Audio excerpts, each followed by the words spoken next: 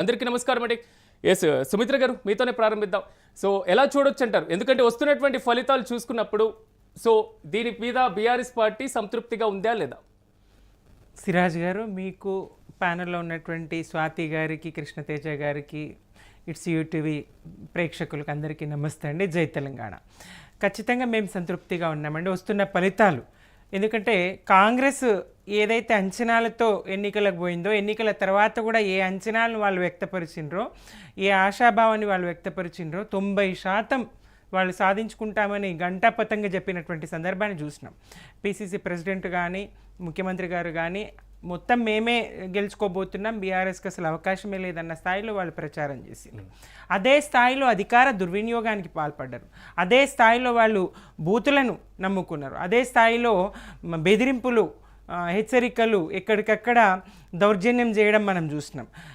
సంగారెడ్డి ఉదంతమే మనం తీసుకుంటే అక్కడ ఎన్నికల సందర్భంగా మరి జగ్గారెడ్డి గారు చేసినటువంటి పోలీసు వాళ్ళ మీద చేసినటువంటి ఏదైతే దాడి ఉన్నదో, మాటల దాడి ఉన్నదో అది కానీ, నిజామాబాద్లో కనుక చూస్తే ధర్మపురి అరవింద్ గారు ఆయన అక్కడ ఎన్నికల సిబ్బంది మీద, పోలీసు వాళ్ళ మీద చేసినటువంటి మాటల తీరు చూస్తే ఎన్నికల ప్రక్రియ ఏ రకంగా జరిగిందనేది స్పష్టమవుతా ఉన్నది.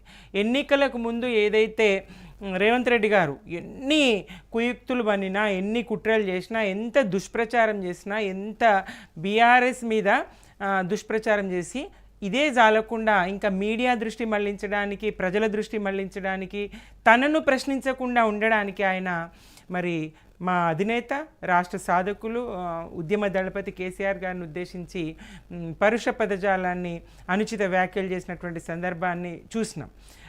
ఇవన్నీ కేవలం దృష్టి మళ్లింపులో భాగంగానే ఆయన చేసినప్పటికీ ప్రజలు ఎట్టి పరిస్థితుల్లో దృష్టి మళ్లించకుండా కాంగ్రెస్ వైఫల్యాలను మేము ప్రజల్లోకి తీసుకుపోగలిగినాం బీఆర్ఎస్గా.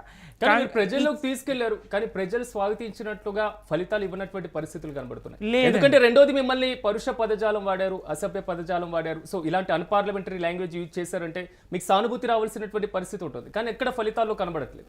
ఫలితాల్లో క్లియర్గా కనపడ్డది. సిరాజ్ గారు, గతంలో కనుక చూస్తే ఏ పార్టీ అధికారంలో ఉన్నా, అప్పుడు ఉమ్మడి రాష్ట్రంలో టీడీపీ, కాంగ్రెస్, తర్వాత ప్రత్యేక రాష్ట్రం తెలంగాణ ఏర్పడిన తర్వాత 2 దఫాలు బీఆర్ఎస్ ఉన్న సందర్భంలో ఎప్పుడైనా 90% పైగానే 104 స్థానాలు మా ఉండే. ఇంతకుముందు అధికార పార్టీకే దాదాపుగా 100% అన్నట్టు ఫలితాలు ఉంటుండే, 1/2 ప్రతిపక్షాలకు ఉండే పరిస్థితి ఉంటుండే. ఇప్పుడు మొన్నటి సర్పంచ్ ఎన్నికలు చూసినా, ఈ మున్సిపల్ ఎన్నికలు చూసినా కాంగ్రెస్కి ఆ పరిస్థితి లేదు. ప్రజల్లో కాంగ్రెస్ పట్ల ఉన్నటువంటి వ్యతిరేకత స్పష్టంగా కనిపిస్తూ ఉంది, వ్యక్తం చేస్తూ ఉన్నారు. దానికి మీరు అన్నట్టు ఇందాక మంత్రుల ఇలాకాలు అయితేనేది, ప్రముఖుల ఇలాకాలు అయితేనేది అక్కడ పరిస్థితి చూస్తున్నాం. వివేక్ గారి నియోజకవర్గంలో ఆయన క్యాంతనపల్లిలో మరి బీఆర్ఎస్ గెలుపు సాధించడం, వేం నరేందర్ రెడ్డి గారి సొంత నియోజకవర్గ పరిధిలో ఉన్న మున్సిపాలిటీలో బీఆర్ఎస్ గెలుపు, ఇట్లా అనేక ప్రముఖులున్న చోట కూడా వాళ్ళ వార్డుల్లో, స్వయంగా వాళ్ళ వార్డుల్లో, ఎమ్మెల్యేల వార్డులో కూడా బీఆర్ఎస్ గెలుస్తున్న తీరు చూస్తున్నాం. బీఆర్ఎస్కి అయితే ఇవి 90% వచ్చేటువంటి ఫలితాలను మేము తగ్గించాం అంటారు.